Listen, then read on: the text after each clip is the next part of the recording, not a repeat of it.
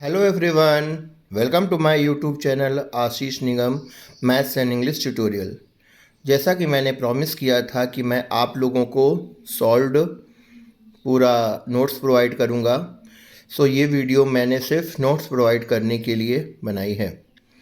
ये अपना first chapter है क्लास 10th का रियल नंबर। इसका वेरी फर्स्ट क्वेश्चन जो आप लोग देख सकते हैं, ये ऑलरेडी हालांकि मैंने बोर्ड पर कराया हुआ है वीडियोस में, बट फिर भी मे भी कुछ बच्चों ने मुझसे डिमांड की थी पर्सनली कि सर आप डायरेक्टली कुछ ऐसा अपलोड कीजिए जिससे हम कभी भी देखकर डायरेक्टली लिख सकें, तो इजीली हम उसको कर सकें। वीडियो से हम समझ सकते हैं लेकिन लिखने में थोड़ा सा प्रॉब्लम जाती है। So here we go. ये question number very first question of exercise 1.1 जो आप लोग देख रहे हैं, ठीक है। तो इसको आप लोग नोट कर सकते हैं एंड शेयर इट ऑल्सो। ये आपका क्वेश्चन नंबर सेकंड है। इसमें आप लोग को टू नंबर्स का पेयर दिया गया है। उनमें आपको प्रोडक्ट ऑफ टू नंबर्स का मल्टीप्लिकेशन शो करना है कि एलसीएम इंटू एचसीएफ के इक्वल होता है, ठीक है, with the help of prime factorisation. ये क्वेश्चन भी आप लोग देख सकते हैं, ठीक है। ये भी ऑलरेडी वीडियो में कराया गया है, तो आप वीडियो देखने के बाद अगर इसको भी नोट करना चाहें तो करें और करिए इसे, जिससे आपको कोई प्रॉब्लम नहीं होगी and all the doubts will be fairly well cleared.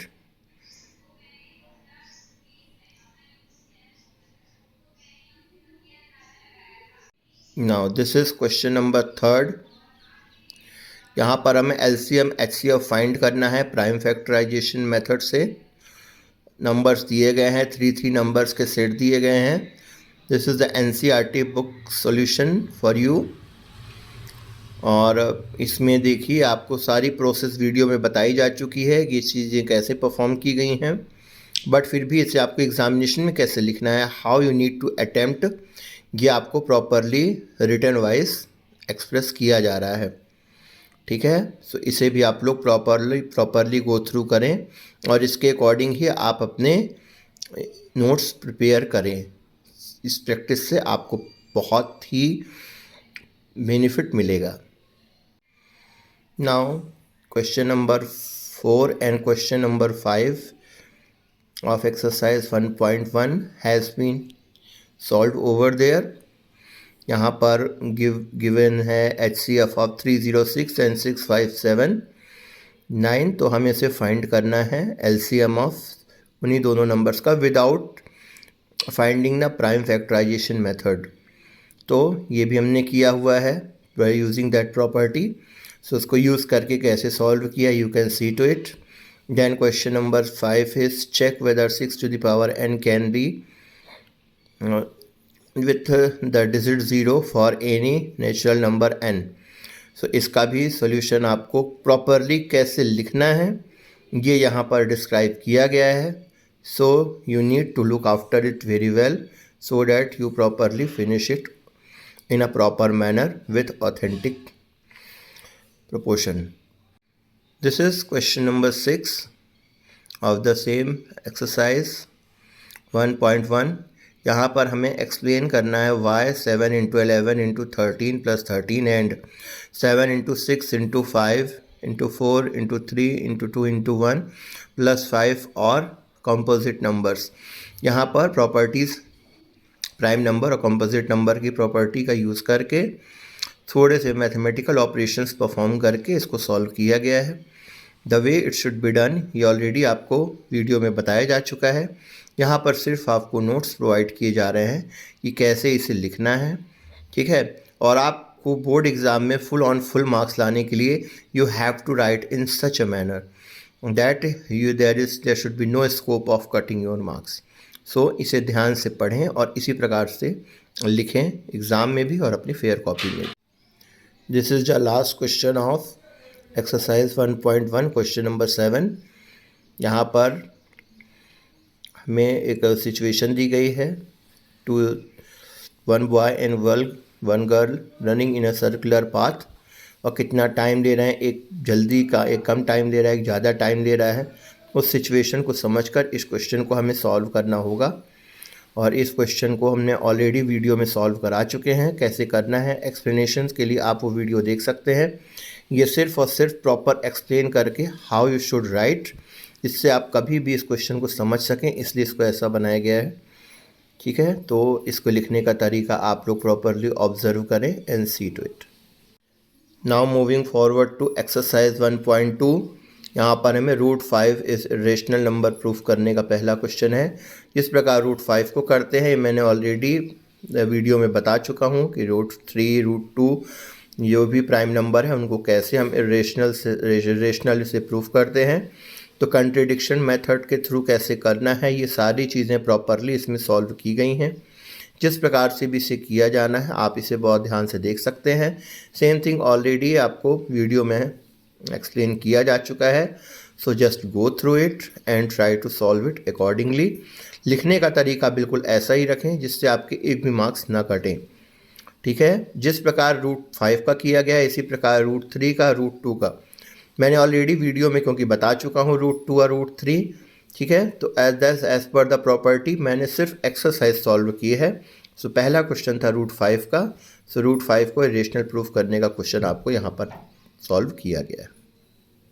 1.2 का क्वेश्चन नंबर 2, इसमें भी रेशनल प्रूफ करने का तरीका जो है, प्रॉपर्टीज ऑफ √5 को इरेशनल होने का हम कैसे करते हैं उसकी हेल्प से, ये भी सॉल्व कराया जा चुका है आपको वीडियो में। बट इसके नोट्स लिखने का तरीका आप यहाँ पर प्रॉपरली देख सकते हैं और इसी प्रकार आपको अपने नोट्स में भी you have to cover it all in a proper manner.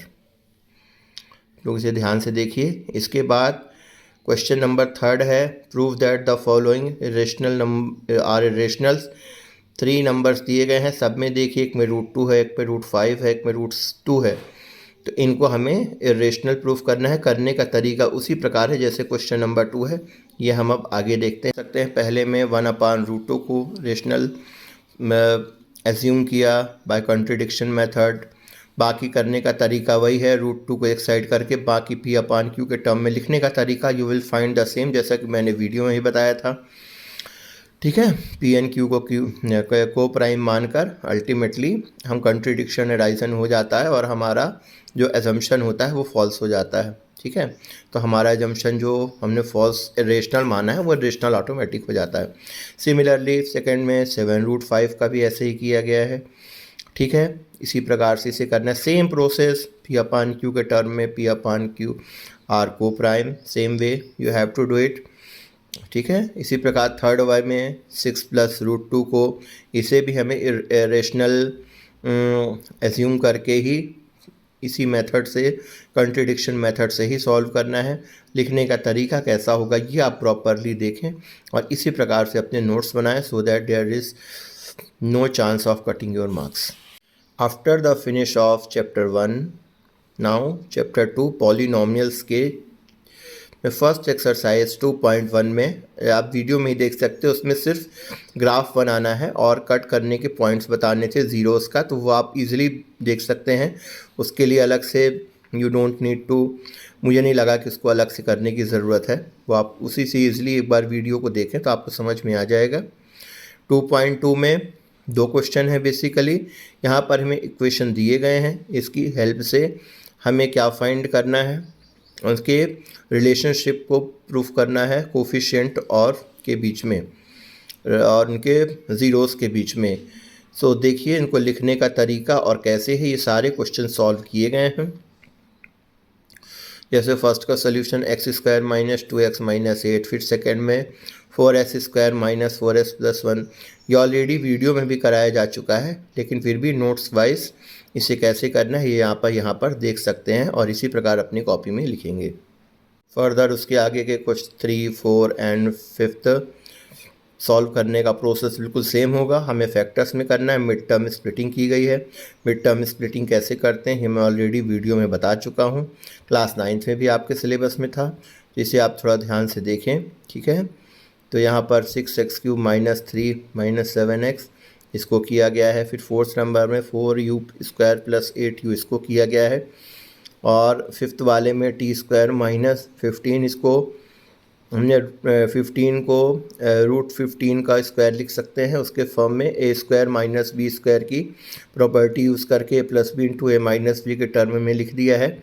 इस प्रकार से इसको फैक्टराइज करके इसके इसके जो ज़ीरोस मिलते हैं उनका रिलेशनशिप वेरीफाई किया गया है। जैसा कि आप देख सकते हैं, इसी प्रकार से आपको क्वेश्चन को अटेम्प्ट करना है और इसी प्रकार से प्रॉपर वे में लिखना है। Now you can C question number 6 भी सेम वे में किया है।